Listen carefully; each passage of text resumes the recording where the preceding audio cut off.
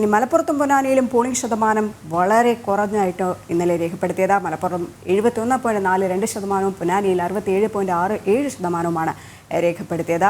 Zonal Krishna ചേരുന്നുണ്ട്. Zonal, ഈ രണ്ട് മണ്ഡലങ്ങളിലും കഴിഞ്ഞ ലോക്സഭാ തെരഞ്ഞെടുപ്പുകൾ നമുക്കറിയാം മികച്ച രീതിയിലുള്ളൊരു പോളിംഗ് ആയിരുന്നു ഉണ്ടായിരുന്നത്. പക്ഷേ ഇപ്രാവശ്യം വലിയ രീതിയിലുള്ളൊരു കുറവ് രേഖപ്പെടുത്തുന്നുണ്ട്. അപ്പോഴും LDFും UDFും അടക്കം പറയുന്ന കാര്യങ്ങളെന്ന് പറയുന്നത്, UDF അല്പസമയത്തിന് മുൻപ് ഈ രമേശ് ചെന്നിത്തല പറഞ്ഞിട്ടുണ്ടായിരുന്നു ഉദ്യോഗസ്ഥരുടെ വീഴ്ചയാണ് പലയിടങ്ങളിലും പോളിംഗ് ശതമാനത്തിൽ ഒരു കുറവ് വരാനുള്ളൊരു കാരണമൊക്കെ തന്നെ. അങ്ങനെയൊക്കെ പറഞ്ഞ് ആശ്വസിക്കാൻ മാത്രമേ ഇനി ഇടത് വലത് മുന്നണികൾക്കാകുള്ളൂ എന്നുള്ളൊരു കാര്യം ഉറപ്പ് തന്നെയാണ്. ഒപ്പം ഇന്ത്യയുടെ ഒരു മുന്നേറ്റം ഇവിടെ കാണുകയില്ലേ?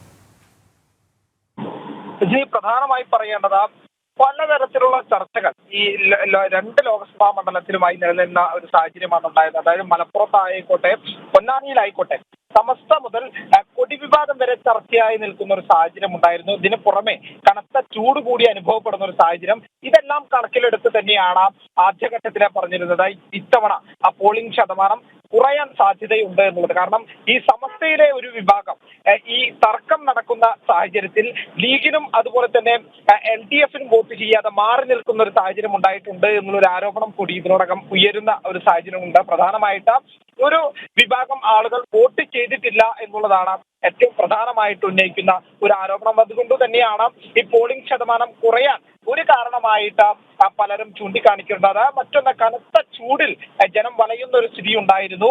അതും ഏറ്റവും പ്രധാനപ്പെട്ട ഒരു കാര്യം തന്നെയാണ്. മലപ്പുറത്തെ സംബന്ധിച്ച് നമുക്കറിയാം ആദ്യഘട്ടത്തിൽ പോളിംഗ് വളരെ കുറവായിരുന്നു.